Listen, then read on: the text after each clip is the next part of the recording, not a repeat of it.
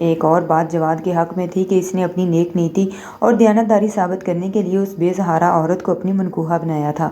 دینی اور دنیاوی قانون کے مطابق نہ تو اسے گرفتار کیا جا سکتا تھا اور نہ ہی اسے سرکاری ملازمت سے برطرف کیا جا سکتا تھا، نہ کہ اس کے خلاف عدالتی کارروائی بھی نہیں کی جا سکتی تھی، کیونکہ اس کا یہ عمل زنا یا زبردستی کے زمرے میں آتا ہی نہیں تھا۔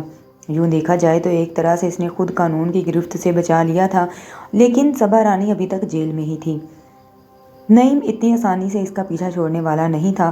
اس دوران ایڈوکیٹ امجد غوری بھی ہر دوسرے تیسرے دن جیل میں جا کر صبا رانی سے ملتا تھا، اسے سمجھاتا تھا کہ جواد اکبر بہت شاطر ہے، وہ صرف قانونی گرفت سے بچنے کے لیے اسے اپنی شریک حیات تسلیم کر رہا ہے۔ صبا رانی نے کہا، دیر سے ہی صحیح تسلیم تو کر رہا ہے، میرے لیے اس سے بڑی اور کیا بات ہوگی کہ وہ مجھے عزت و آبرو سے اپنے گھر میں رکھے گا، میرے بچے کو باپ کا نام دے گا۔ تم اس کی چال بازیوں کو نہیں سمجھ رہی ہو، وہ یہ ثابت نہیں ہونے دے گا کہ تم بے گناہ ہو۔ تم پر جو زیورات کا چوری کا الزام ہے، اس کے لیے تمہیں 2-4 برس قید کی سزا سنا دی جائے گی، پھر وہ تمہارے خلاف بیان دینے پر حق بجانب ہوگا کہ وہ ایک مجرم عورت کو طلاق دے رہا ہے۔ یوں وہ مکار تم سے پیچھا چھڑا لے گا۔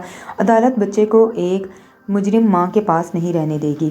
جواد اس بچے کو تم سے لے جائے گا، اپنے بچے کی ایک جھلک بھی تم نہیں دیکھ پاؤ گی۔ آپ جس نعیم صدیقی سے کی طرف سے میرا کیس لڑنا چاہتے ہیں، وہ صاحب کون ہے میں کسی کو نہیں جانتی۔ اچھی بڑی دنیا میں بس ایک ماں ہی تھی، وہ نہ جانے کہاں ہوگی، پچھلے 7 ماہ سے ملنے نہیں آئی۔ میں اس جیل کے اندر اور باہر صرف جواد صاحب کو جانتی ہوں، اپنا سب کچھ ان کے حوالے کر چکی ہوں، ان کے بچے کی ماں بھی بن چکی ہوں۔ میں اب اپنے بچے کو باپ کے خلاف کوئی بیان نہیں دوں گی۔ صبا تم بہت بھولی ہو، جس نے نکاح پڑھانے کے بعد بھی تمہیں داشتہ بنا کر رکھا اور جان بوجھ کر تمہارے کیس کو عدالت میں نہیں جانے دیا، کیا تم اب بھی اس پر بھروسہ کر رہی ہو کہ وہ آئندہ تمہاری عزت اور آبرو اپنے گھر میں محفوظ رکھے گا؟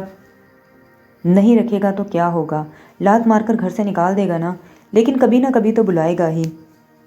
جب بلائے گا تو میں اس کی چھاؤں میں چلی جاؤں گی۔ میری جیسی کتنی ہی عورتیں اپنے مردوں کے لات جوتے کھاتی ہیں، میں بھی کھاتی رہوں گی، اسے چھوڑ کر کسی دوسرے مرد کو منہ نہیں دیکھوں گی۔ امجد غوری نے نعیم سے بات کرتے ہوئے کہا کہ میں صبا کو سمجھاتے سمجھاتے تھک گیا ہوں، وہ یقین کرنے کو تیار ہی نہیں کہ جواد اسے ٹھکرا کر بچے کو چھین لے گا۔ جو عورت ایک ظلم کرنے والے کو اپنی اچھی بری تقدیر کا مالک سمجھ لے، اس کے آگے دنیا کے کسی بھی دوسرے مرد کو اہمیت نہ دے، ایسی عورت کے ارادوں کو بدلا نہیں جا سکتا، وہ بھی جواد اکبر کا ہی ساتھ دے گی۔ یہ سن کر نعیم نے کہا کہ نچلے طبقے کی جاہل عورتیں ایسی ہی ہوتی ہیں، ایک ہی مرد کے قدموں سے لپٹی رہتی ہیں۔ جواد کے نصیب اچھے ہیں کہ صبا رانی کی نادانی اسے بچنے نہیں دے گی۔ امجد نے کہا کہ ہم نے اتنی بھاگ دوڑ کی، اب ساری محنت رائیگاں جائے گی۔ نہیں رائیگاں تو نہیں جائے گی، میں جواد کی طاق میں رہوں گا، صبا رانی کے بچے کو کسی صورت بھی ستارہ کی گود میں نہیں جانے دوں گا۔ جب اس پر چوری کا الزام ثابت ہو جائے گا، اسے سزا ہوگی تو جواد اسے طلاق دینے کی کوشش کرے گا، لیکن میں ایسا نہیں ہونے دوں گا۔ ہم صبا رانی کے سارے الزامات سے باعزت طور پر بری کرائیں گے۔ جواد سے انتقام لینے کی ایک صورت یہ بھی ہے کہ صبا رانی پر کبھی چوری کا الزام ثابت ہی نہ ہو، پھر جواد اکبر اسے طلاق بھی نہیں دے سکے گا، اسے شریک حیات بنا کر ہمیشہ اپنے ساتھ رکھنے پر مجبور ہو جائے گا، پھر وہ بچے کو بھی دل سے جدا نہیں کر سکے گا۔ اس سلسلے میں سب سے یہ معلوم کرنا تھا کہ صبا رانی کو چوری کے الزام میں گرفتار کر کے کس تھانے میں لایا گیا تھا۔ نعیم نے اس تھانے دار کو منہ مانگی قیمت پر خرید لیا۔ اس تھانے دار نے ہی شہباز درانی کو سمجھایا کہ آپ نے اپنے بیٹے کو بدنامی سے بچانے کے لیے صبا رانی پر چوری کا الزام لگایا۔ آپ نے جیسا کہا، آپ کی خدمت میں نے ویسی ہی کی، آپ کے حکم کے مطابق اسے حوالات میں پہنچایا، پھر جیل میں پہنچا دیا۔ اب اس بات کو 1 برس گزر چکا ہے، اس بیچاری نے بدترین مجرم سے زیادہ سزا پا لی ہے، جیل میں اس کی عزت کی دھجیاں اس طرح اڑائی گئی ہیں کہ وہ ایک ناجائز بچے کی ماں بن گئی ہے۔ اب آپ اس پر کرم کریں تاکہ اس کی زندگی کچھ آسان ہو جائے۔ شہباز درانی بولا، اب میں بھلا کیا کر سکتا ہوں؟ آپ بس چوری کا الزام واپس لیں اور یہ بیان دیں کہ چرایا ہوا مال کسی دوسری جگہ سے برآمد ہو چکا ہے اور صبا رانی پر غلط شبہ کیا گیا تھا۔ شہباز درانی نے ان کی مرضی کے مطابق بیان لکھ کر دستخط کر دیے۔ ان دنوں ایک ڈاکو کیس پولیس کی گرفت میں آیا ہوا تھا، اس کے پاس لاکھوں کی روپے کی نقدی اور زیورات بھی برآمد ہوئے تھے۔ شہباز درانی کے تعاون سے یہ ثابت کر دیا گیا کہ صبا نے چوری نہیں کی، بلکہ اس ڈاکو نے زیورات چرائے تھے۔ قانون سے کھیلنے والوں نے خوب تماشا دکھایا تھا، پہلے سفید کو سیاہ بنایا، پھر سیاہ کو سفید بنا دیا۔ صبا رانی کے ساتھ پہلے خوب زیادتی کی گئی اور پھر نوازشوں کی حد بھی کر دی گئی۔ آخرکار 2 سال بعد اسے عدالت پہنچایا گیا اور پھر تمام الزامات سے بری کرا لیا گیا۔ جواد اکبر نے اپنے طور پر بہت کوششیں کی تھیں کہ اس پر سے چوری کا الزام ختم نہ ہونے پائے، مگر اس معاملے میں وہ ناکام رہا۔ جب وہ باعزت طور پر بری ہو کر عدالت سے باہر آئی تو جواد کو ایک شوہر کی حیثیت سے اس کے ساتھ رہنا پڑا۔ عدالت کے باہر میڈیا والوں کا ہجوم تھا، ان دونوں سے طرح طرح کے سوالات کیے جا رہے تھے۔ صبا رانی بہت خوش تھی۔ جواد بھی کیمروں کے سامنے چہرہ مسکراتا نظر آ رہا تھا۔ بہت مجبور ہو کر یہ بیان دے رہا ہوں کہ صبا رانی ایک بہت اچھی لڑکی ہے۔ وہ اسے جیل سے اپنے گھر لے جانے پر فخر محسوس کر رہا ہے۔ اب تمام میڈیا کے سامنے اتنا کچھ کہنے کے بعد وہ آئندہ کبھی طلاق دینے کے لیے اپنی شریک حیات کی کوئی کمزوری یا خامی نہیں نکال سکتا تھا۔ ان کے گھر پہنچتے ہی ستارہ نے جواد کو فون کیا اور کہا کہ اس کی بات میں کوئی شک نہیں کہ تم نے اپنی ملازمت بھی بچا لی اور ایک قیدی عورت کے ساتھ گناہ گار کہلانے سے بھی بچ گئے ہو۔ ساتھ ہی تمہیں تمہاری نیک نامی بھی واپس مل گئی ہے، مگر اب یہ صبا رانی زندگی کی آخری سانسوں تک تمہارے ساتھ کینسر کی طرح رہے گی۔ ہاں، یہ ایک ایسی مصیبت بن گئی ہے جس سے پیچھا چھڑانے میں بہت محنت کرنی پڑے گی۔ یہ بیوی بن کر نہیں بلکہ ایک چیلنج بن کر میری زندگی میں آئی ہے۔ مجھے سوچنے دو کہ میں کس طرح اسے ٹھکانے لگا سکتا ہوں۔ ستارہ، مجھے لگتا ہے تم میرا یہ بچہ کبھی گود نہیں لے سکو گی۔ اگر میں نے صبا سے زبردستی یہ بچہ چھینا تو نعیم سارا بھید کھول دے گا، پھر میرے گلے میں ایک اور مصیبت پڑ جائے گی۔ بچے کو رہنے دو، پہلے اس بلا کو اپنی زندگی سے نکالو۔ وہ کم وقت مرے گی تو ہی جان چھوٹے گی تمہاری۔ جواد صبا رانی کی ہلاکت کے بارے میں سوچ بھی نہیں سکتا تھا، کیونکہ نعیم صبا کی غیر طبی موت کو جواد کے گلے کا پھندا بنا سکتا تھا۔ ستارہ، اس 2 ٹکے کی قیدی عورت کو دیکھ کر میرا دم گھٹتا رہتا ہے۔ وہ اس بات سے بے خبر تھا کہ صبا رانی دروازے کی اوٹ میں کھڑی اس کی ساری باتیں سن کر ٹھٹک گئی تھی۔ ستارہ بولی، اللہ کرے یہ نعیم ہی مر جائے، پھر تمہارے راستے کی ساری رکاوٹیں ختم ہو جائیں گی۔ وہ چونک کر بولا، واہ میری جان، کیا آئیڈیا دیا ہے۔ واقعی نعیم کو ٹھکانے لگانے کے بعد میں تمہاری سوکن کو بھی ٹھکانے لگا سکوں گا۔ پلیز جواد، اس معاملے میں جلد بازی نہ کرنا، خوب سوچ سمجھ کر قدم اٹھانا۔ نعیم بہت چالاک ہے، اگر تمہارا وار خالی گیا تو پھر اس کے جوابی وار سے بچ نہیں پاؤ گے۔ تم اطمینان رکھو، میں اس سلسلے میں جلد بازی نہیں کروں گا۔ میں اچھی طرح جانتا ہوں کہ ہوشیار رہنے والوں پر کب اور کس طرح جھپٹنا چاہیے۔ یہ کہہ کر اس نے فون بند کر دیا۔ صبا رانی وہاں سے دبے پاؤں چلتی ہوئی واپس اپنے کمرے میں آ گئی۔ اس کا دل ڈوب رہا تھا۔ اسے حقیقت اب معلوم ہو گئی تھی کہ جواد اسے گلے کا پھندا سمجھتا ہے اور اس سے پیچھا چھڑانا چاہتا ہے۔ صرف یہی نہیں بلکہ اس کے بچے کو بھی کسی سوکن کی گود میں پہنچانا چاہتا ہے۔ ایک ماں کو اپنی جان سے زیادہ اپنے بچے کی سلامتی کی فکر ہوتی ہے۔ حالات نے اسے سمجھا دیا کہ اب اس کا بچہ اس کوٹھی میں محفوظ نہیں ہے۔ تبھی اسے امجد گوری یاد آیا۔ اس نے کہا تھا کہ نعیم نے ہی اس کا کیس لڑ کر اسے رہائی دلائی ہے، ورنہ جواد تو کبھی اسے جیل سے باہر نکلنے ہی نہ دیتا۔ اب وہ یہ سوچ رہی تھی کہ امجد گوری اور نعیم صدیقی سے کس طرح رابطہ کرے، کس طرح اپنے بچے کے لیے حفاظتی انتظامات کرے، تو اسے کوٹھی سے باہر جھانکنے کی اجازت بھی نہیں دیتی تھی۔ وہ کسی کا فون نمبر بھی نہیں جانتی تھی۔ اگر وہ کوٹھی سے باہر جا کر اپنے مددگاروں کا اتا پتہ معلوم کرنا چاہتی بھی تو جواد اکبر کے ہتھے چڑھ جاتی۔ وہ دونوں ہاتھوں سے سر تھام کر رونے لگی۔ اس پر جب بھی کوئی مصیبت آتی تو وہ رو دھو کر ہی صبر کر لیا کرتی تھی۔ وقت گزرتا جا رہا تھا۔ جواد اس کے ساتھ جانوروں کی طرح سلوک کرنے لگا تھا۔ اسے صوفوں پر بیٹھنے اور بیڈ پر لیٹنے کی اجازت نہیں تھی۔ وہ فرش پر سوتی تھی۔ جواد کا حکم تھا کہ وہ کھڑی ہو کر 2 پیروں سے نہ چلے بلکہ اس کے سامنے چاروں ہاتھوں کو پاؤں زمین پر رکھ کر جانوروں کی طرح چلے اور گھر کا کام تمام کرتی رہے۔ وہ جان چھڑا کر بھاگنا چاہتی تھی، مگر پھر اسے اپنے بچے کی فکر لاحق ہو جاتی تھی۔ بچہ وہاں بڑے آرام سکون سے تھا، کیونکہ وہ جواد کا بیٹا تھا، اس لیے رئیس زادوں کی طرح پرورش پا رہا تھا۔ وہ اسے لے کر فرار بھی ہونا چاہتی تھی تو اپنے ساتھ اس ننھے کو بھی فاقوں سے مارتی۔ اس دنیا میں جہاں اسے لوٹنے والے ملتے وہاں اس بچے کی بھی شامت آ جاتی۔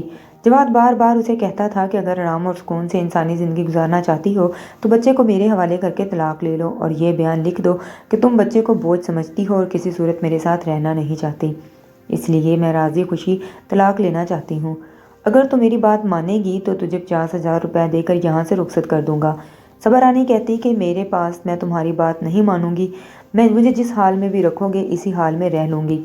تم مجھ پر ظلم کے پہاڑ توڑ دو گے تو میں پھر بھی وہ سہ لوں گی، مگر اپنے بچے کو یہاں چھوڑ کر نہیں جاؤں گی۔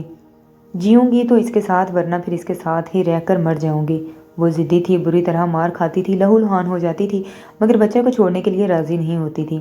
جواد نے ستارہ کے پاس آ کر کہا کہ وہ صبا رانی بہت ڈھیٹ ہے، میرے مارتے پیٹتے ہوتے میں تھک گیا ہوں۔ مگر وہ مار کھاتے نہیں تھکتی، پتہ نہیں اس میں اتنی برداشت کہاں سے آ گئی ہے۔ ستارہ نے کہا، کیونکہ اس کے پیچھے ہلکان تم کیوں ہو رہے ہو؟ اس کمبخت کی وجہ سے گنہگار کہلانے والے تھے تم۔ تمہاری برسوں کی ملازمت جانے والی تھی۔ اگر تم نکاح نامہ پیش نہ کرتے تو ذلت کی پستی میں گر جاتے۔